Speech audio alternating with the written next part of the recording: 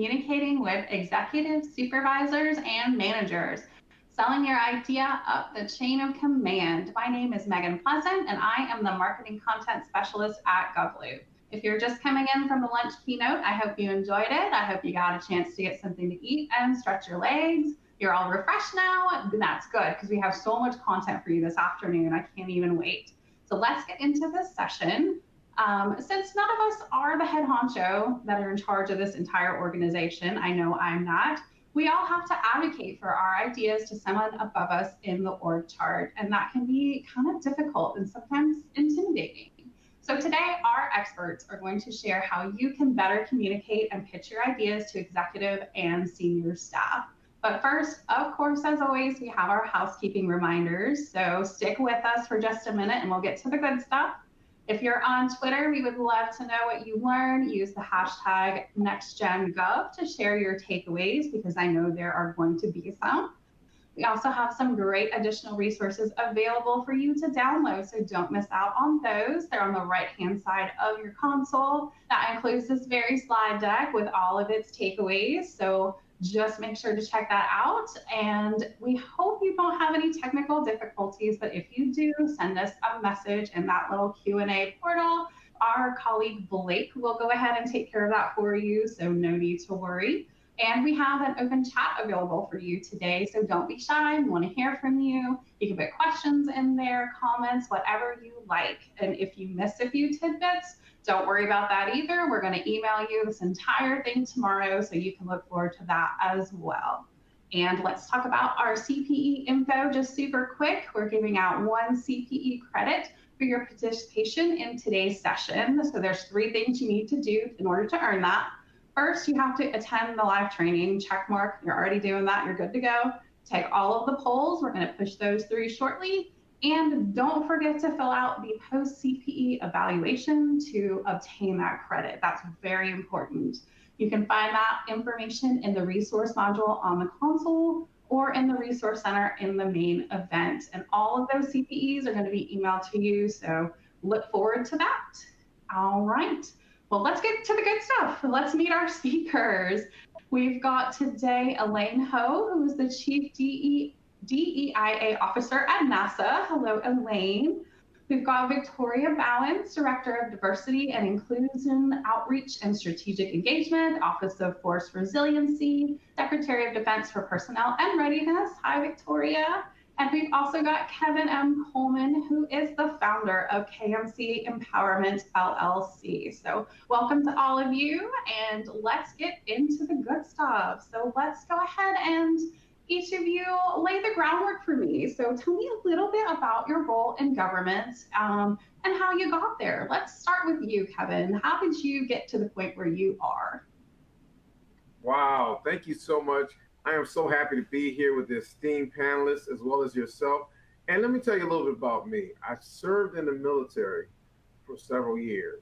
I like to call it a short stint compared to others, but I served in the military and leadership position. Then I went on to DOD, where I worked in the DOD for quite a few years. And then I went private industry. And now I am serving as an executive coach, trainer, and speaker for various organizations, whether federal government, private industry, state government, local government, as well as outreach and things of that nature within the organization. So what I bring to the table for this discussion is not only that I led organizations with over 100 more employees, but also I am in a position right now where I coach senior leadership, coach mid-level managers, and coach those that are journeyman employees to help them reach their highest potential. And many of the discussion topics that we're going to talk about today are very instrumental in how they get through it and how they begin to set goals, achieve goals, and be accountable to the goals that they set for themselves. Thank you for having me. Thank you so much for being here. We're excited for your coaching. And Elaine, tell us a little bit about yourself. Hi, thanks everybody. It's good to be here with all of you. I've been with the NextGen conference a couple times, and it's always good to be with this group. So my government service has been this winding road of a journey, and similar to Kevin, it started with me becoming an officer in the active duty Air Force, and I'm actually still serving today as a colonel in the Air Force Reserves. So I've been in and out of several large federal agencies and done 4 different tours through the White House. I'm currently at NASA, as you heard, where I'm the Chief Diversity Officer. But as it relates to this topic that we're talking about today, because I started my career as an Air Force officer, that means from day one, I started my career as a supervisor. So I was supervising enlisted folks who had years of military service on me. I was supervising junior officers. And when I say junior, it was junior by a few months. And so what an experience that was to start me off. I made a lot of mistakes and learned from them. But being in that supervisory experience allowed me to step into the federal government as a senior leader right away. And I've been now serving as a senior executive for about 6 years. Fantastic. We're excited to hear your supervisory insight here shortly. But let's introduce Victoria. Victoria, tell us a little bit about yourself and your role.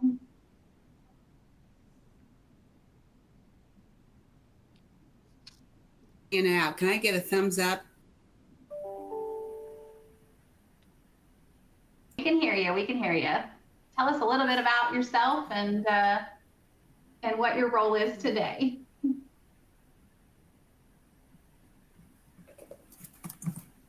Emily, can you hear me? Because I'm coming in and out. So obviously I haven't started yet. So, okay, thank you so much. Well, good afternoon. Thank you. Much like my fellow panelists, prior military as well, Air Force officer as well, but I'll start off that I was an Army brat. And so from some of my leadership style probably came in as being an Army brat and kind of understanding the expectations of what it means to lead. Early in my career, because my father was in the military as an Army officer. So I didn't go Army, I went Air Force.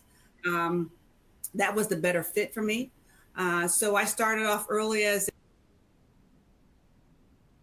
and have talked about being able to lead early from my career, particularly for those who are really more senior, I'd say senior in time, that I was leading.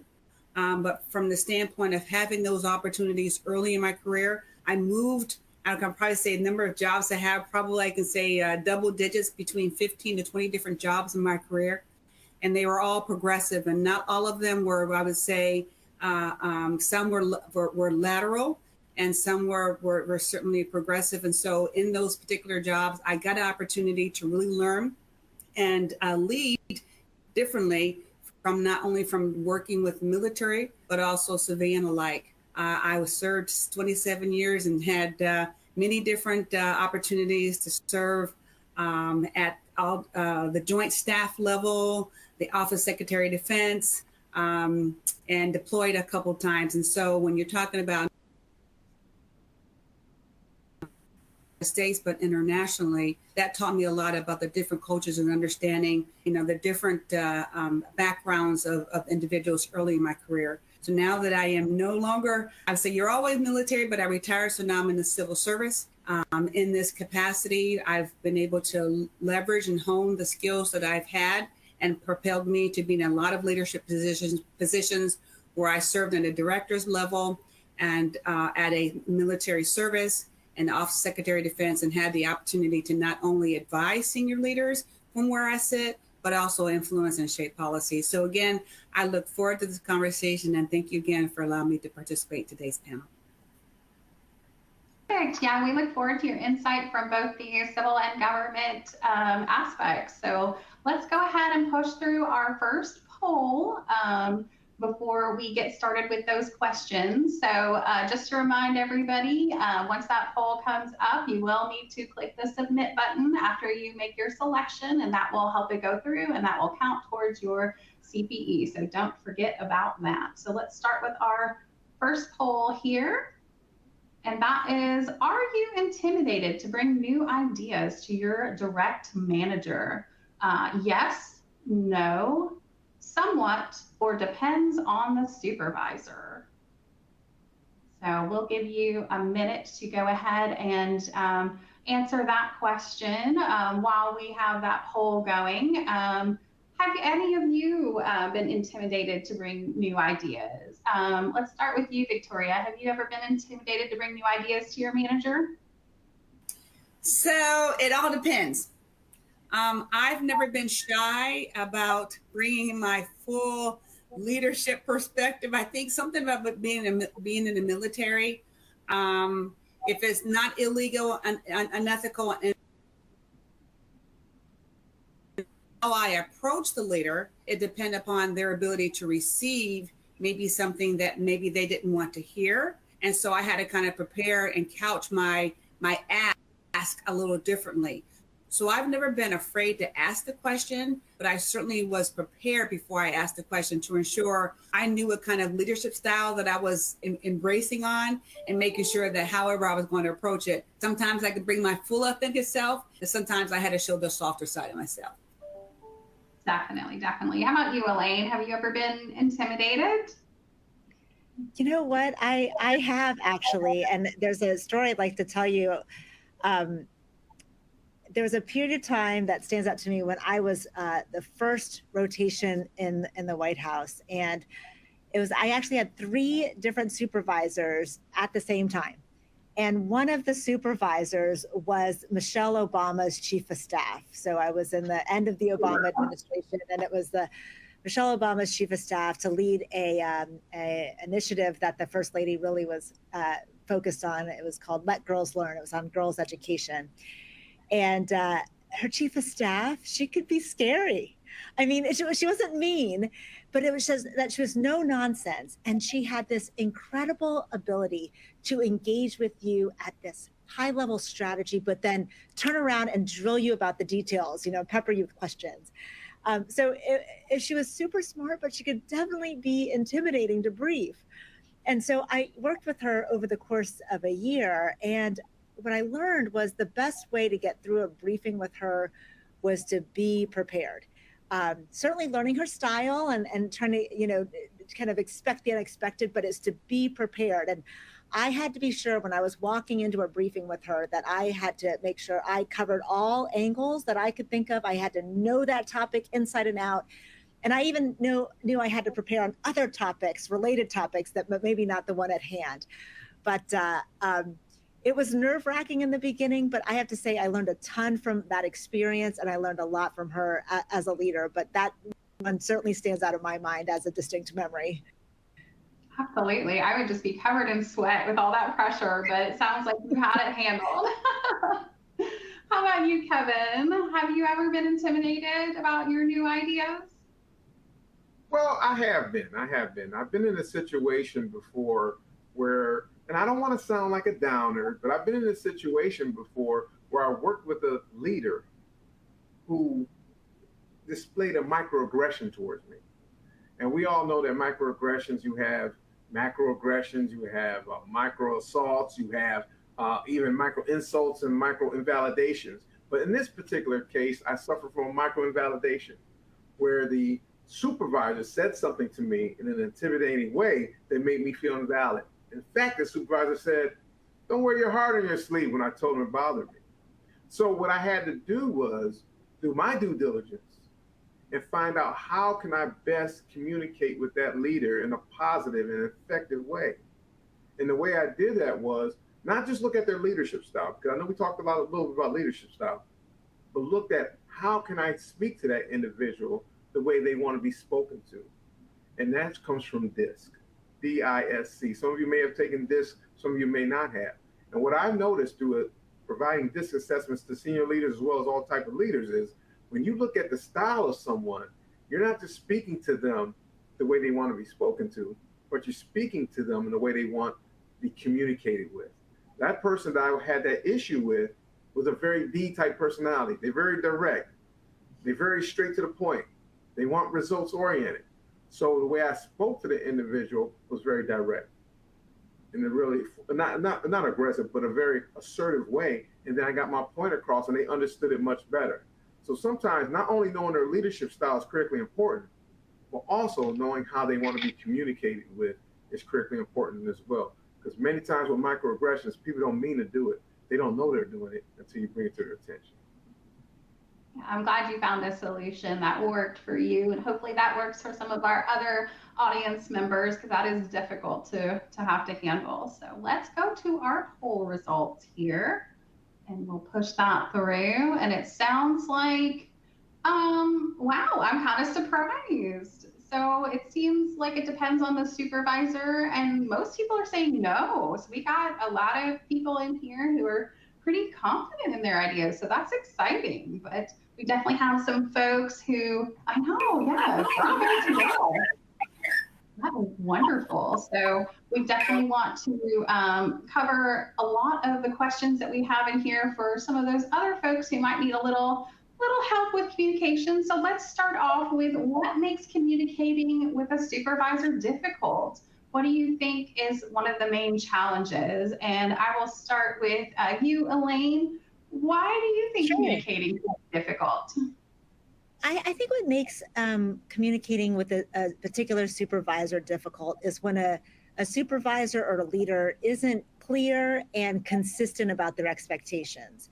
So, you know, when I talk about expectations, it's both the substance of the briefing. If you're not clear about what you want, if you're not consistent in what you want, that tends to lead to confusion. I'd also say if they're not clear and consistent on their expectations on how they want to be briefed. So I think that, you know, you could go in with an expectation of, you're the subject matter expert, you've got all the things lined up, but it could be that supervisor only wants to hear a certain aspect of it. Maybe they're more a PowerPoint person, you know, really kind of not being clear and consistent about how they want to be briefed can be equally as detrimental as not being clear and consistent on the expectations of what they want to be briefed on. So I found that when the expectations aren't clear, that's when the water starts to get muddy. That absolutely makes sense. How do you feel about that, Victoria? What do you think makes communicating with a supervisor difficult? I'm on my phone. Can you hear me clearly? Yes, ma'am. We've got you. Yes, thank you so much. Elaine, I think pretty much where Elaine was going, when we're not clear of expectations, there's what I've learned, and I learned early, is not to assume that that the information you get is fully clear. And so what I've done in the past was, and I want to say a crusty 3-star general. So I don't know anything about anything I'm being a crusty 3-star general, but this was a crusty 3-star general, one of those real rough ones. And basically what he taught me was, if you're not sure, the best way you can do, and I'm sure some of you are familiar with vector checks. So sometimes what I've learned is, if I'm not clear about what is expected of me, I'll do a quick email that basically follow back either with the leader or the exec or whoever their staff is, and say, this is what I believe I heard. This is my plan to approach. Please advise if I'm going in the wrong direction. That one anecdote did not allow me to feel like I didn't know what I was doing, and I wasn't pushing back with the senior leader like, you don't know what you're talking about, but giving them kind of an out that says, yes, this is exactly what I'm looking for, and this is what I expect. That way, I didn't have to worry about, you know, maybe the presentation may not be as perfect as they want it to be, but I left there and I was a better understanding if it was unclear. I gave them one more opportunity to say what I usually call a but one, sir, a but one, ma'am. What I believe is true, please advise if I'm going down the wrong track. Now, whether I presented right or wrong, I would always leverage, early in my career, I always found like a junior NCO. That's what my father told me. Find yourself, not a junior, a senior NCO. And I was always a senior NCO that always prepared me, particularly for a military environment. So that when I went in there, they would say, okay, this is how you need to prepare. Now, a little bit different, I would say, from the civilian perspective, but you do need to get some allies and build a network of teammates that says, okay, what was your experience and what would you recommend? There's nothing wrong with asking questions. In fact, if this is your first time, that's exactly what you need to do. I Absolutely love that clarification. That's super important for everybody to take notes on because it can be difficult to make sure you're on the right page. So I absolutely love that. Kevin, let's circle to you. What do you think makes communicating with a supervisor difficult?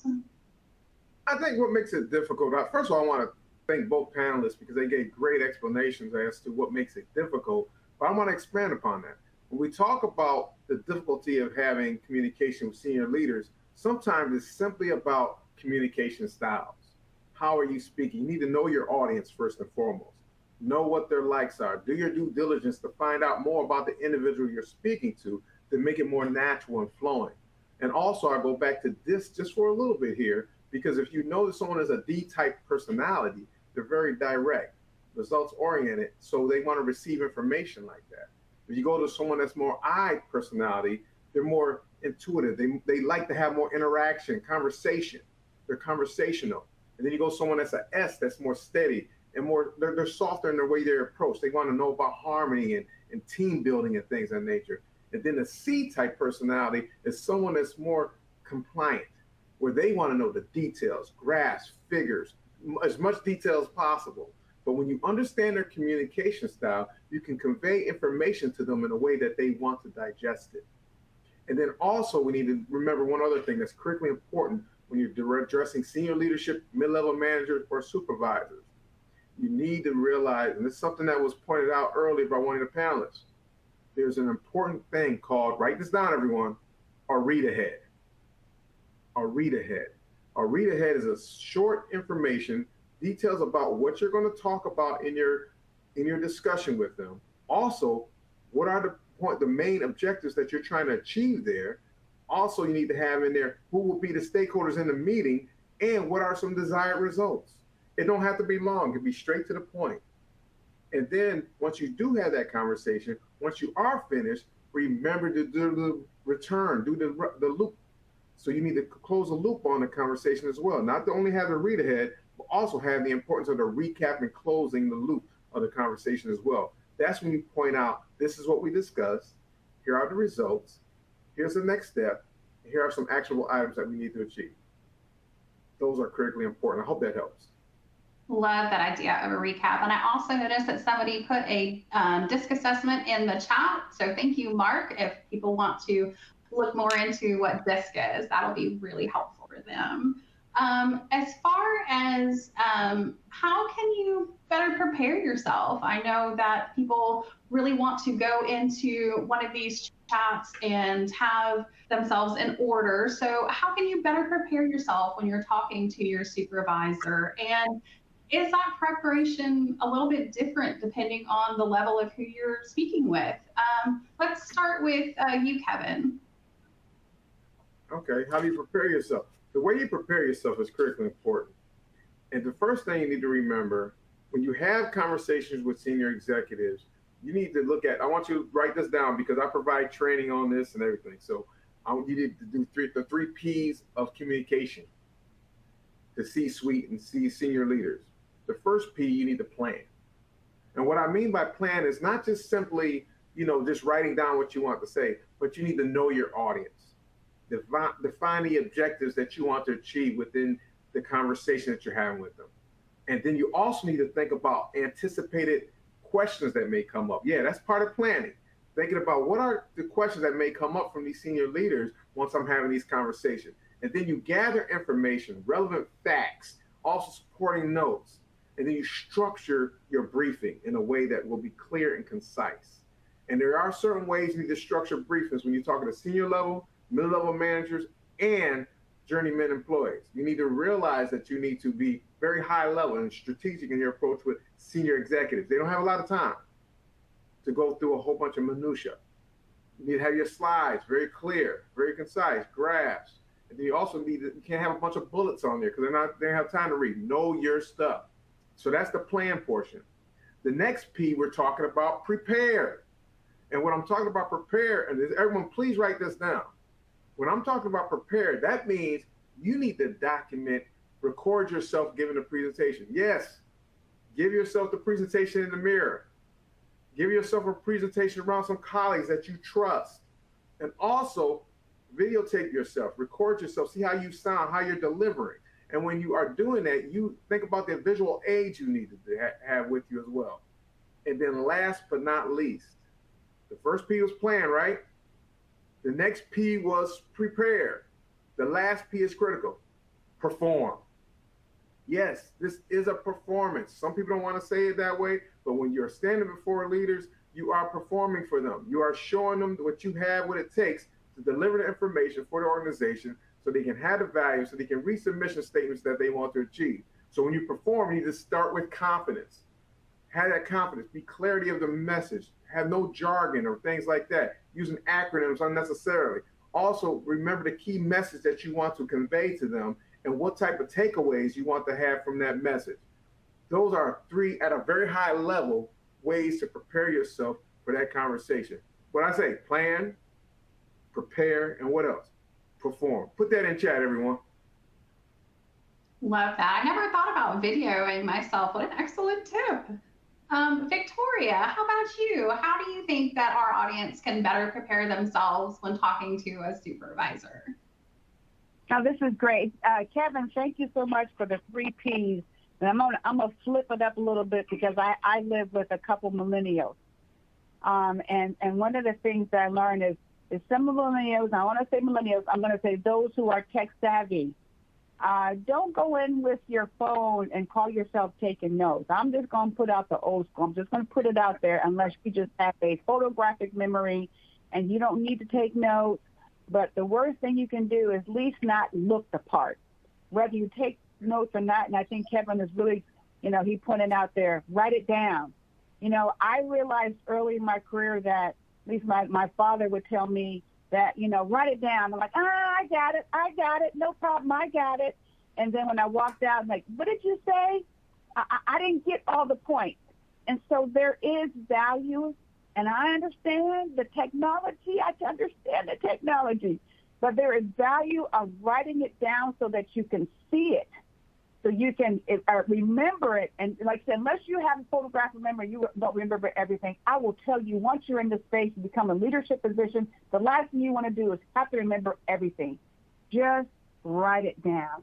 And then even when you write it down, make sure that, when you talk about prepare, I can just imagine some of you are like cringing. I got to put together a presentation.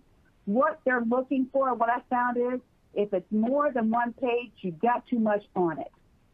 You should be able to articulate it, and one page distinct. It used to be in the old sector, he would call it we called the 5 W's. If you can answer the who, what, where, when, and why, then pretty much you've got everything that you need when you at a meeting. And so again, don't be afraid of doing the 3 Ps. But there's another way, and I call it a shortcut. If you can answer all the 5 W's, the who, what, where, when, why, write that down. Then go ahead and certainly make sure that when you leave there, all those 5 W's are answered before you leave that room. I love that. As a former reporter, those W's were so essential. Love that note. How about you, Elaine? Let's circle to you and talk about how you can prepare our folks. Yeah, Kevin really covered it, and then Victoria added even more. So there isn't a whole lot more that I'll add. I'll just maybe add a couple of tidbits to just and say ditto to everything that they said. But so one, I can't emphasize enough doing your homework ahead of time, and just so in part it's preparing on your own piece, but doing the homework around and seeing how your briefing will sit in the landscape of what's going on. If you want to think about it, your supervisor is at one level above. Maybe you're briefing an executive for a couple levels above. I always try to give the advice of think about 2 levels above of who you have to brief. And that way it gives you the context of what's happening above just your project. And so what you brief will be in context for that leader. So, doing your homework is really important. I will say for the briefing itself, I talked about expectations that the supervisor needs to give to the briefer. But as the person coming in to brief, I also like to set expectations too. And I like to be clear if this is one of 3 things. If it's informational, if it's just for a decision, or it's for discussion. And once I frame it into one of those things, informational, decisional, or discussion, I set the expectation, this is what I hope to get out of it. And it also helps the person that I'm briefing know what I want from them. The last thing I'll mention is that this is during a briefing, is that you talk about, as you know, you're going to leave a couple minutes to talk about next steps. And why I talk about that, even though that's prepping you for the next briefing. So when you are walking out of there clear on, okay, we've just had this discussion, we've just had this decision, what are the next steps? You have to be really clear on what's the takeaway. So it's not just a meeting to have a meeting. No one likes to do that. But having a meeting to drive towards progress, capture those next steps, and make sure that those next steps are teeing you up for the next, for success in the next briefing. Sometimes I'll even send an email around afterwards, you know, just to be clear, here's what was discussed, here's the next steps, looking forward to meeting, you know, on this date. And that helps to keep the progress moving forward. Absolutely, I love that. Meeting with a purpose for sure. Well, let's move on to our second poll question real quick. We'll just go ahead and get into that. So what is the most difficult part of communicating with an executive? We got a couple of choices here: getting their attention, drafting a compelling presentation, fear of rejection, or none of the above. So once you guys see that poll question, go ahead and start pushing those answers through. We've got about a minute to do that. But in the meantime, let's ask our panelists what they think the most difficult part of communicating with an executive is. So, Elaine, what do you think? I think that the hardest part is the fact that while, you know, you might group all of us as executives in kind of one bucket, there really just are different executives who operate in different ways. And so I will say, generally speaking, it is keeping it at a high level. Victoria has said that, Kevin has said, you know, really hammering on the be succinct. And I think that probably is the hardest part. Again, I go back to, you're likely the subject matter expert coming to the table. You have all the knowledge, you're seeing all the nuances. And I can tell you that, you know, I'm not one to get into the weeds. I just want the take home point. So it's a matter of taking that and distilling that down to the key issues. And even then, you know, I have to brief our deputy administrator, our, you know, administrator, and I'm having to do the same thing as I go up. And it is hard. You take a complex issue, distilling it all the way down. You always feel like you're leaving something out. And so you want to cram more details in there. But it really is important to go through. And the great thing, and again, Victoria said this, Kevin has said this, use resources around you. Likely that, you know, that executive has a executive officer, a senior advisor, someone who it works closely with that person so they can know stylistically what are they looking for. They'll know from that particular issue, what are they looking for? And that way you can really tailor your remarks, you know, towards that issue and know where you can have a little leeway to get more into depth. You don't want to err on the side of too high level so there's no substance, but really hitting that sweet spot. I think that's probably the hardest things when it comes to briefing an executive. Absolutely. Enough details without too many details is always that fine line. Victoria, what do you think? What's the most difficult part for you?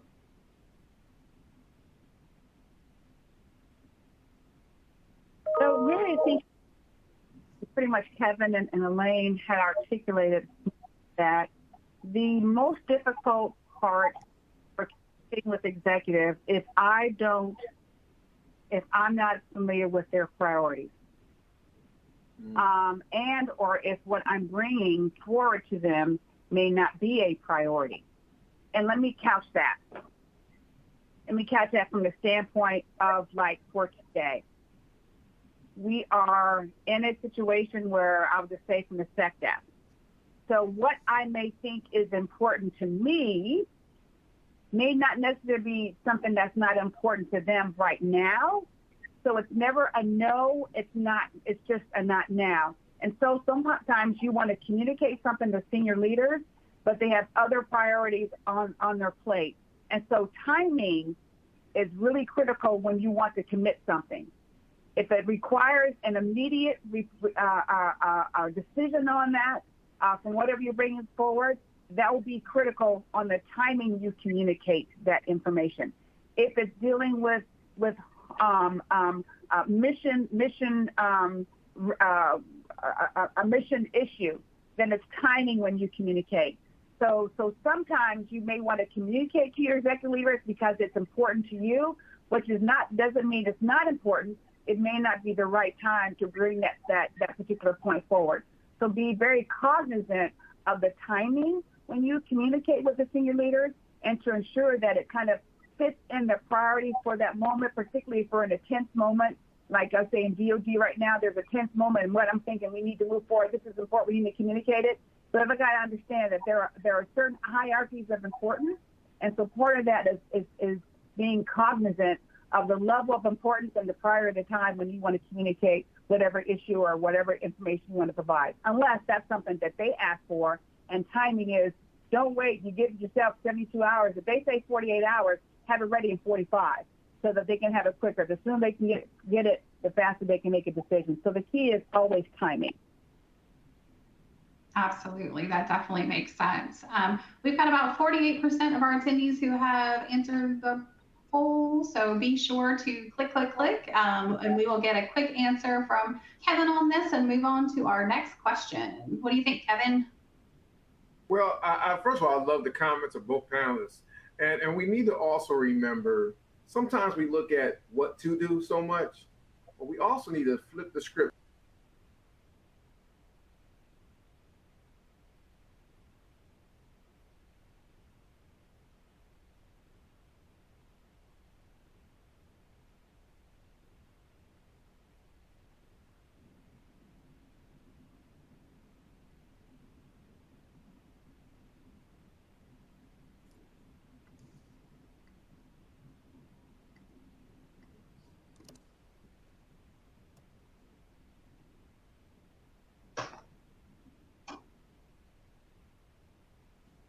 Okay, it looks like we have a little bit of a technical difficulty, so let's just go ahead and push through our poll question answer here and see what they've got to say. What is the most difficult part?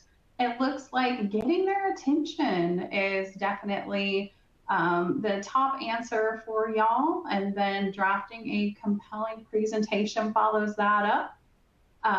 Fear of rejection, and then none of the above. So getting their attention. So I know that our panelists will have some valuable information on that.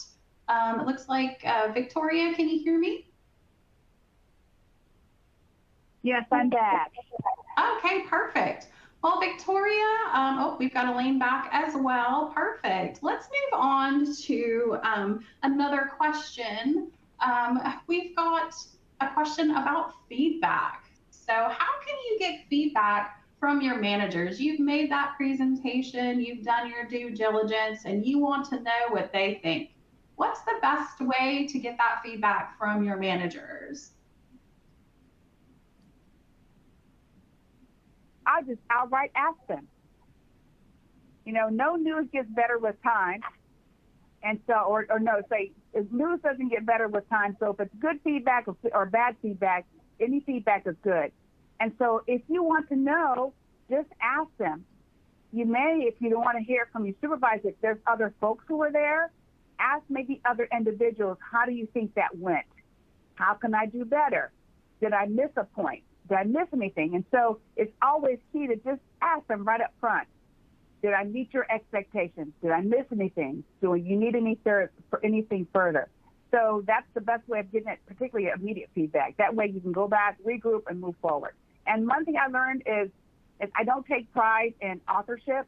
So if how I created my slides, if someone wants to make an adjustment to that, and it's not changing the content, you know what? It's all good. The bottom line, we're trying to get to the same point. And so it's not about style. It's about making sure that what we're presenting makes sense and it's ready to move forward to whoever else either needs to make a decision or their presentation needs to be moved forward to another senior leader. Love that, love that. What do you think, Elaine? What about feedback for you? Yeah, no, I think Victoria really covered it. It is just asking. I mean, you ask directly, you ask others who are there, and you just really, and it may be, subtle. You want to make sure that when you hear the feedback, you really do take that to heart. I think oftentimes it's easy to gloss it over and to say, oh yeah, well I did that, or oh, okay. But really, if they're taking time to give that to you, to really internalize that, and they're going to expect to see that reflected, next time you have that opportunity. But I don't have too much to add. I think Victoria covered it really well. Well, we definitely have a great question from one of our audience members. Shanoa wants to know, what if the verbal feedback is contrary to the written feedback in your performance appraisal? So how do you feel about that, Elaine? What would you do? Yeah, I think then that it's always an opportunity for a conversation.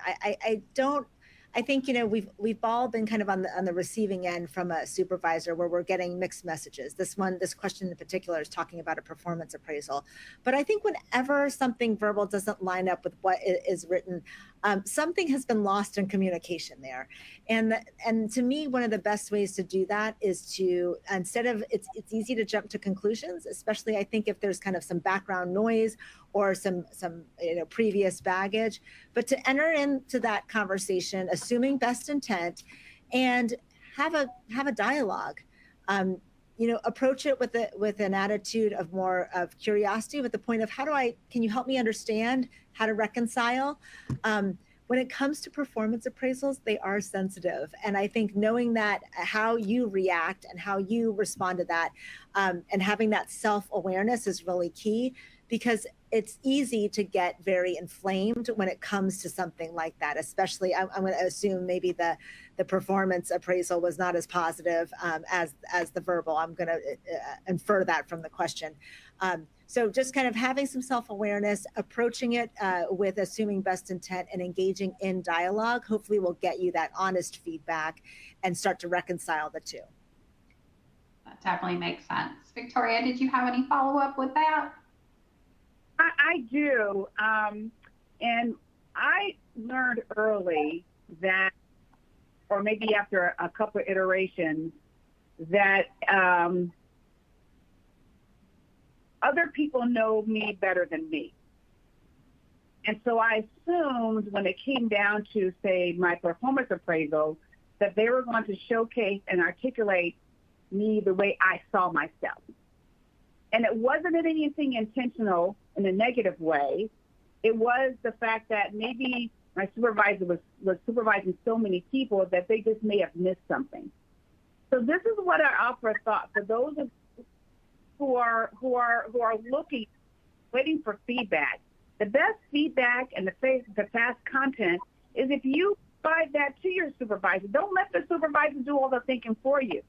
If there are some things that you want to articulate who you are and how you want to be as in that workplace, provide that information to your senior leaders. When it comes time to my appraisal, I do not give my boss the opportunity of a white piece of paper with nothing on it. Because if it's important to you, then you will take the time to make that happen. And so don't just rely on your supervisor to do that. Take the time to write up and provide that information to them early. That way, if there is some differences in what's being interpreted, at least from the standpoint, you got an opportunity to provide that information early on. Excellent, excellent. Looks like you're back with us, Kevin. Hello. Hello, where's my background? Yes, I'm here. No, can you hear me? No worries. So we will pose this question to you as well. One of our audience members was wondering what you could do if the verbal feedback that you have received is contrary to the written feedback that's written in your performance appraisal. Do you have any insight on that? Oh, yes. If it's contrary, first and foremost, you must document. And when you document, you must not only document what was there before, but what you have currently. But the key is this: you need to build that rapport with your supervisor in such a way that you can have that open, honest, frank, candid conversation. And when you have that conversation, I want you to remember this because I see it happen so many times within organizations. You can't approach it aggressively. You cannot. You cannot approach it passively either. And you absolutely cannot approach it passive aggressive, because we've all seen that and it doesn't work well for anyone. But the way you do approach it is assertively. And when you are assertively, you need to remember not only talk about the things that's going on, don't bring anyone else in the mix. It's between you and your supervisor, and you need to bring in their I statements. Write this down, I statement. I feel that XYZ was done in such a way that didn't benefit me. And this is how it affected me. See, you see how I'm wording this in such a way that it's about me. It's not against you, but it's about me and how I feel. And when you break it, when you come from that approach and taking ownership of what happened, it's open for dialogue. And not only after you have that dialogue, you need to remember to document what was said. Remember, I think it was, I don't know, it was Elaine or who it was, but they mentioned earlier, follow up with the email about what you discussed in detail, the time, date, and everything. And then that way you have not only documentation stating what has happened, what was discussed, and what are those outcomes we hope to achieve. That's the way you build that continuity with your supervisor. That's the way, and then you can't let it go on from there. You got to continue building that rapport, continue understanding them more, and letting them understand you more, and being vulnerable in that way. I hope that helps. Absolutely, absolutely. Well, we're going to push to our very last poll, and then we've got time for a couple more questions and even some from our audience. So let's go ahead and grab that last poll there. Push that out. There we go. Oh, a little bit of technical difficulty here. Blake, if you don't mind pushing that out, that would be wonderful. I would appreciate that. Okay, it looks like we've got it. Which group are you most intimidated to communicate with? Your direct manager, your department head, your senior executive, an agency administrator, or other? So go ahead and start getting that answered for us. And in the meantime, I am going to ask our panelists if they have any resources or community of support that they could recommend for the folks who are in here who might be struggling to clearly communicate. So let's start with you, Elaine. Do you have any resources or communities that folks can explore if they're looking for better communication routes? I think when it comes to communication, especially as we're talking about communicating to supervisors, executives, and managers, particularly within your agency, I do think the best resources and community comes from within that organization. So it may be an employee resource group. It may be, a cohort of other kind of a trusted colleagues, but I do think where you can plug in so that communication is really tailored to the culture of that organization is really where it's going to come best. I will say, generally speaking, I'd be remiss if I didn't say something about, having something around diversity and inclusion training as well. And the reason why I say that is because, diversity, understanding that those different elements of diversity is really critical to effective communication. Kevin talked about DISC, and having different personalities, but certainly there are aspects where you want to understand where those differences of perspectives, differences of experiences, differences, again, of personality, how that might affect how a person is interpreting that information. I will say that, so I think when you have that, when you talked about training and resources, generally we don't think about diversity and inclusion as part of communicating with your supervisor, but I will say having that lens really does help as you think about the way that you think about and process information and take that in, and that every person can be different. Absolutely, that is essential to remember for sure. How about you, Kevin? Do you have any extra resources or places that people can go to get information if they're having trouble communicating? Yeah, I love that. First, I want to offer a book. And this book has been incredibly important for me as a leader, as well as a speaker, trainer, and coach. And it's called Everyone Communicates, Few Connect. Everyone Communicates, Few Connect by John C. Maxwell. In this book, we talk about 5 principles and 5 practices on how to communicate with other people in a powerful and effective way. And one of the things that I'm so glad our panelists mentioned earlier is yes, we have DISC, yes, we have other tools, but diversity, equity, inclusion, and accessibility and belonging, I provide trainings on that. And in that training, I like to do practical examples of how you can connect, how you can engage with someone else that's different than you. And the key is this, ladies and gentlemen, and them, is this. When you look at values, backgrounds, and cultures that are all different, we're going to have different perspectives, different ways of thinking, different lenses even.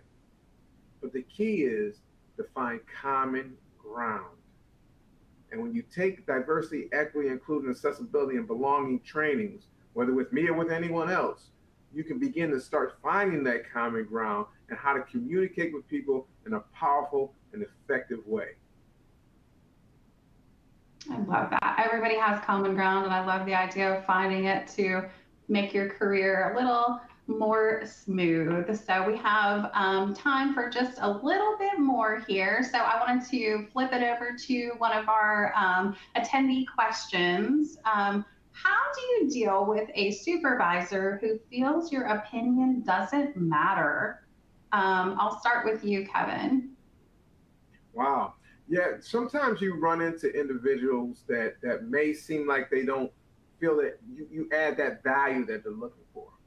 But one thing I want you to remember is this, and please don't lose sight of this. There are 4 components of connection with people. The first one is know. They need to know you. They need to know what you're about, know what your desires are, know what you want to do within your organization. The next one is like. They need to like you. You need to be likable within your workplace. But the next one is critically important. It's called value, meaning they must value not only who you are, but what value you bring to the organization and that you value them. But the last one is the most pivotal one and the most critical one, and that is trust. So when someone doesn't value your opinion, it makes you lose trust for them. So the only way you can begin to regain that trust is to trust them with little things.